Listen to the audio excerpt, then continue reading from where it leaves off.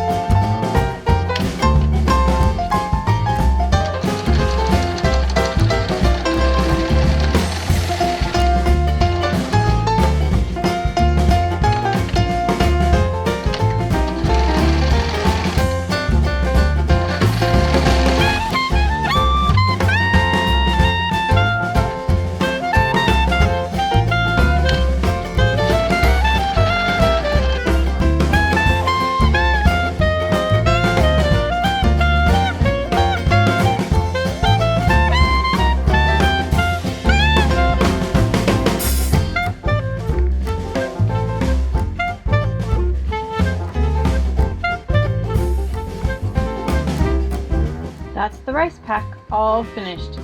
It's ready to go in the microwave to be warmed for 2.5 minutes, and then it can keep my toes warm in the winter time.